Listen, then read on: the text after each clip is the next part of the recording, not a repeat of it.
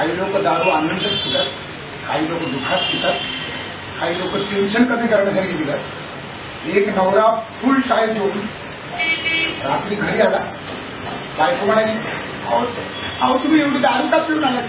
तूच बोलले होतेस ना आम्हाला पीके बघायचं, पीके दिखाओ, कितना पिया देख, मोकला देख कितना पिया आहे. आणि एक दिवशी बायको नवऱ्याला म्हणाली मला पीके बघायचं आहे. बायको पीके बघण्यासाठी नवऱ्याला हट्ट धरायला लागली. नवरा गेला तिकीट काढायला आणि तिकीट न काढता खूप पिऊन घरी आला. बायकोने अहो तुम्ही तर पीकेची तिकीट काढायला गेला होतात ना? अगं पीके एवढा महाग आहे इसलिए मैं पीके आया है. हे तर काहीच नाही.